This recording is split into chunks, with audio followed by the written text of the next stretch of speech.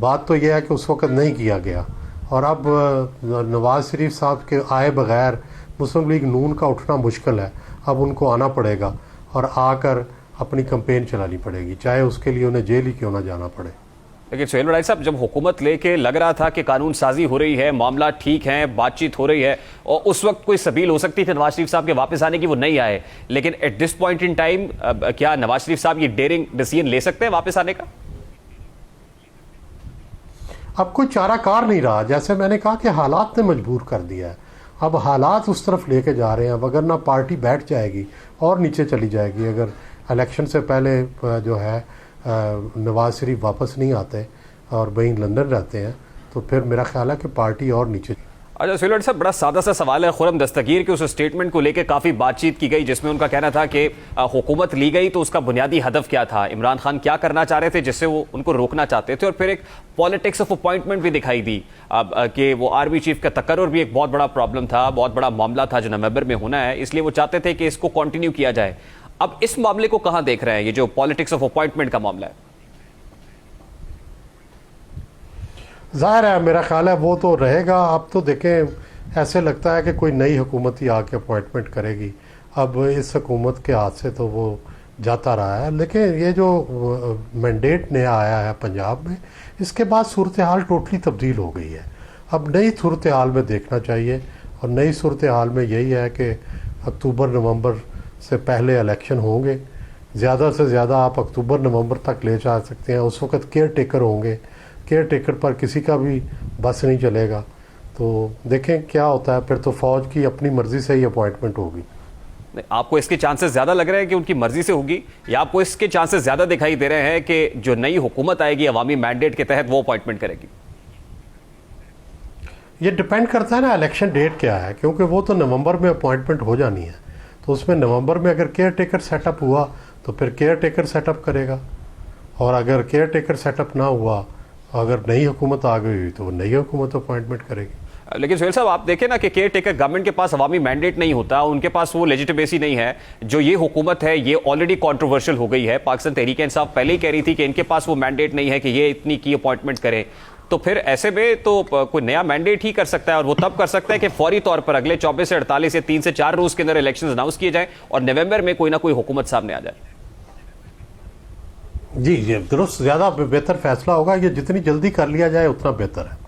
तो सर अगर इतनी जल्दी इलेक्शंस होते हैं, डिले करने से मामला खराब होंगे। सर अगर इतनी जल्दी इलेक्शंस अनाउंस हो जाते हैं तो इसका फायदा कौन उठाता हुआ दिखाई दे रहा है? क्योंकि इमरान खान साहब ने तो अपनी जगह एक मोमेंटम, तहरीक इंसाफ को फायदा होगा। आपको लग रहा है कि पाकिस्तान तहरीक इंसाफ इस पोजीशन में आज है कि जनरल इलेक्शंस अगर अनाउंस की जाते तो 2/3 मेजॉरिटी ले सके? मेरा ख्याल है ओवरवेलमिंग मेजॉरिटी तो ले जाएगी। 2/3 का तो मुझे नहीं पता, लेकिन ओवरवेलमिंग मेजॉरिटी की पोजीशन में है। और सर इमरान खान साहब का वो आपको याद होगा जो पिछले दिनों उन्होंने सोशल मीडिया के ऊपर एक इंटरव्यू दिया है, और उसमें उन्होंने कहा था कि अगर इस तरह की हुकूमत उन्हें मिलती है जैसी कि 2018 के अंदर मिली, तो फिर वो हुकूमत में बैठना पसंद नहीं करेंगे। तो आपको लगता है कि फिर इस तरह की हुकूमत तो या मैंडेट नहीं होगा, बल्कि एक कॉम्प्रिहेंसिव विक्ट्री होगी, थम्पिंग मेजॉरिटी होगी, वाज़े बरतरी होगी, अक्सरियत होगी, तो फिर इमरान खान साहब आ जाएंगे? जी, इस दफ़ा तो इस वक्त तो ऐसा ही लग रहा है कि उनके साथ ओवरवेलमिंग मेजॉरिटी है। पंजाब में के जो मैंडेट है उससे तो यही पता चलता है। और ज़ाहिर है 2 महीने बाद अगर इलेक्शन हो और इमरान खान साहब इसी तरह अपोजिशन में हो, तो ज़ाहिर है कोई लगता नहीं है कोई तब्दीली आएगी, इसी तरह का मैंडेट आएगा। तो सुहेल वड़ाई साहब, इसका मतलब ये साबित हो गया कि मुल्क के अंदर जो पॉपुलर नैरेटिव है वो एंटी एस्टैब्लिशमेंट नैरेटिव है, एंटी अमेरिकन नैरेटिव है, सेंटिमेंट है जो बिकता है, जिसको अवाम हाथों हाथ खरीदता है। देखिए रेहान तारिक साहब, ये कहना तो बड़ा मुश्किल है कि कौन सा फैक्टर सबसे ज़्यादा इम्पॉर्टेंट है। महंगाई है, एंटी एस्टेब्लिशमेंट नैरेटिव है, कैंडिडेट्स की सिलेक्शन है, ये तो सारा मिक्स होता है। लेकिन ओवरऑल आप ये कह सकते हैं कि पंजाब के लोग आम तौर पर बागियाना रवैया जो है और एंटी एस्टेब्लिशमेंट सोच उसको पसंद करते हैं और उसको हाथ बढ़ा के वेलकम करते हैं। लेकिन सर वो तनकीद जो इमरान खान साहब पर की जाती थी कि इमरान खान को सियासत करनी नहीं आती या वो रिवायती सियासतदान नहीं है, और इसकी वजह से कुछ लोग ये समझ रहे थे कि अभी भी शायद 80-90 की दिहाई की पॉलिटिक्स है, जिसकी मरकज में हुकूमत होती है, वो बाई इलेक्शंस के ऊपर हावी होता है और बड़ी आसानी से कॉम्प्रीहेंसिवली हम जीत जाएंगे। तो इसका मतलब यह है कि पाकिस्तान मुस्लिम लीग नून और दीगर जो रिवायती सियासी जमातें हैं, क्या उनके लिए लम्हा फिक्रिया नहीं है कि पॉलिटिक्स चेंज हो गई है, डायनामिक्स चेंज हुए हैं, हमें कुछ तब्दीलियां करनी पड़ेंगी? जी डेफिनेटली, आप दुरुस्त कह रहे हैं, डायनामिक्स तब्दील हो गए। मुस्लिम लीग नून का वोट बैंक जो बड़ा सॉलिड वोट बैंक था पंजाब में, शहरों के अंदर, आप देखें लाहौर में 3-1 हुआ है, तो लाहौर में नून हार गई है। तो इससे सारे से डायनामिक चेंज हो गए हैं। अब दोबारा से असर नौ पॉलिटिक्स होगी और नए सिरे से खतूत तय होंगे। तो सर फिर अब नैरेटिव क्या होगा खासतौर पे पाकिस्तान मुस्लिम लीग नून का, क्योंकि एंटी एस्टैब्लिशमेंट नैरेटिव से नैरेटिव नया बनाना पड़ेगा, उनको नया नैरेटिव बनाना पड़ेगा, उनको कुछ बताना पड़ेगा कि वो क्या करेंगे। तो सर एंटी एस्टैब्लिशमेंट नैरेटिव तो नहीं चला, क्योंकि उसके बाद एकदम यू टर्न लिया गया, फिर उसके बाद ये कहा गया कि हमने करके दिखाया था, हम करके दिखाएंगे, और सियासत नहीं बल्कि रियासत। तो अभी भी कुछ डिलीवर होता हुआ आवाम की जिंदगी में बेहतरी आती हुई दिखाई नहीं दी, ये भी अधूरा रह गया। वो एस्टैब्लिशमेंट भी पूरा, वो भी एस्टैब्लिशमेंट एंटी एस्टैब्लिशमेंट नैरेटिव भी पूरा नहीं हो सका, वो भी कहीं बीच रास्ते में रह गया, अधूरा रह गया। तो फिर अब वो क्या नैरेटिव हो सकता है सर नून लीग का, जिसको आवाम मानने के लिए तैयार हो जाएंगे? देखिए नैरेटिव तो ये है ना कि देखें, अगर नवाज़ शरीफ आते हैं तो नवाज़ शरीफ के आने से एक नई रूह जो है वो नून लीग के अंदर फूंकी जाएगी।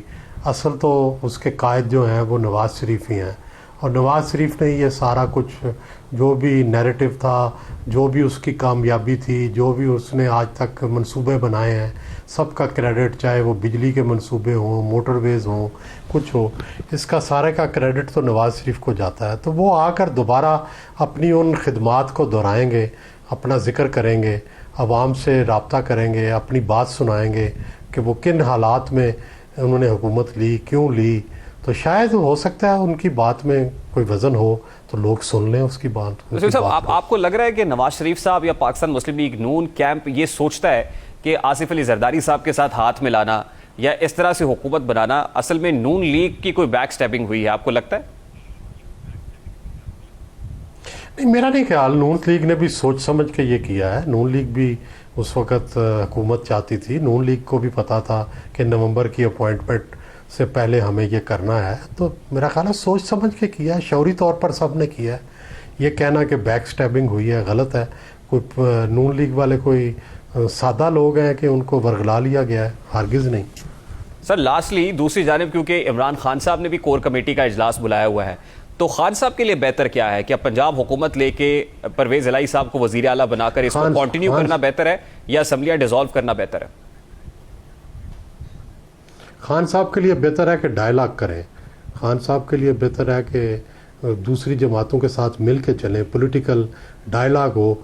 सिर्फ अकेले ही अपना एजेंडा जो है उसको परसू ना करें, कुछ कंसेंसस डेवलप करें ताकि अगले इलेक्शन के रिजल्ट्स भी सब माने, फिर अगला इलेक्शन कंट्रोवर्शियल ना हो।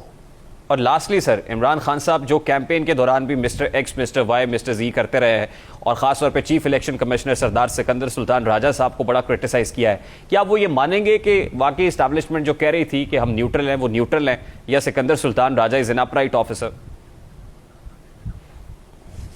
मेरा ख्याल है वो तो नहीं मानेंगे, लेकिन पाकिस्तान के सारे लोग तो ये मानते हैं कि ये एलिगेशंस हैं। मेरा इन एलिगेशंस में हकीकत नहीं। YouTube पर गूगली न्यूज देखने के लिए youtube.com की सर्च बार में गूगली न्यूज टीवी टाइप करें। गूगली न्यूज के पेज पर सुर्ख रंग के सब्सक्रिप्शन वाले बटन पर क्लिक करना ना भूलिए। YouTube पेज पर अपलोड होने वाली वीडियोस से बाखबर रहने के लिए बेल आइकन पर क्लिक कीजिए। आपको हर नई वीडियो के बारे में नोटिफिकेशन मौसूल हो जाएगा।